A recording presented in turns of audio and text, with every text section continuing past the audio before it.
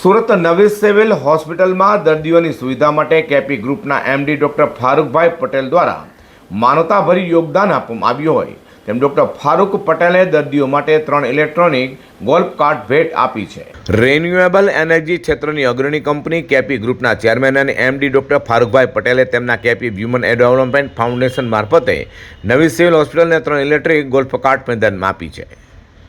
આ કાર્ટના કારણે હજારો દર્દીઓ અને તેમના સ્વજનોની હોસ્પિટલના વિશાળ કેમ્પસમાં એક વિભાગથી બીજા વિભાગ સુધી સરળતાથી પહોંચવામાં મોટી રાહત મળશે।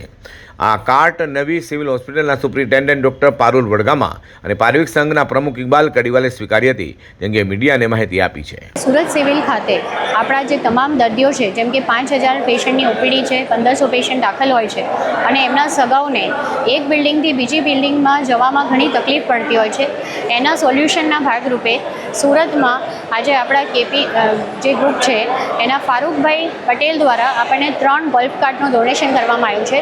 આ ગોલ્ફ કાર્ટ ખૂબ જ સરસ છે। આમાં એક ગોલ્ફ કાર્ટમાં 8 વ્યક્તિઓ બેસી શકશે અને જે રીતની મૂવમેન્ટ છે આખી સિવિલમાં કે આ બિલ્ડિંગથી બીજી બિલ્ડિંગ, બીજીથી ત્રીજી બિલ્ડિંગ એમ કરવામાં ઘણા બધા પેશન્ટ્સને તકલીફ પડતી હોય છે, તો એના સોલ્યુશન માટે અમને આ ગોલ્ફ કાર્ટનું ડોનેશન થયું છે।